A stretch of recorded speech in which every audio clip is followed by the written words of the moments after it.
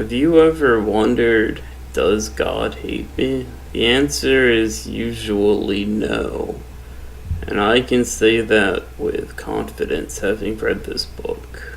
The story takes place 109 years after the extermination of the human race by the hand of a supercomputer, all with the exception of 5 survivors, whom the supercomputer immortalized in order to play with.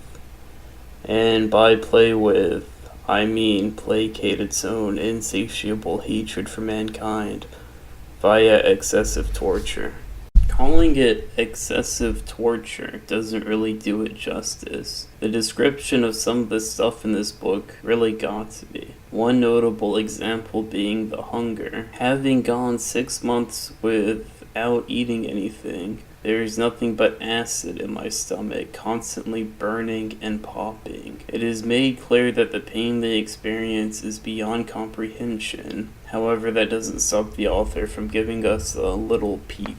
The story is told in first-person perspective, and the author uses that to give insight into the protagonist's state of mind. What this means is he's giving his own account of what happens, and might not necessarily be what is actually happening.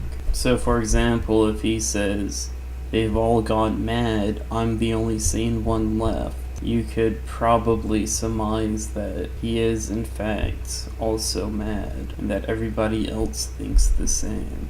Despite the story's very short length, it is not bereft of content. I would say in the short few pages, it contains a novel's worth of content. It does that by starting the story off 109 years into the event that kicks off the plot, meaning that it's up to the audience to parse what's happened up to that point. And it's able to do that as well by ending the story in a way that kind of asks the audience to fill in the blank, while also it still gives a satisfying ending, although it is left up to the audience to fill a blank or two.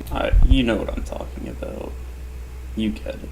The rest of this review is going to be a little bit more spoiler heavy, and is really going to be more of a discussion on the book's themes, so I recommend reading the book first and then watching the rest of the video. So after Mercy killing his friends, AM becomes angry and turns the protagonist into a gelatinous creature, altering his perception of reality in order to make him suffer. What I don't get is then the name drop of the story comes in as the last line, "I have no mouth and I must scream." But it's not like having a mouth and being able to scream would really help him that much. He's the last living being in existence.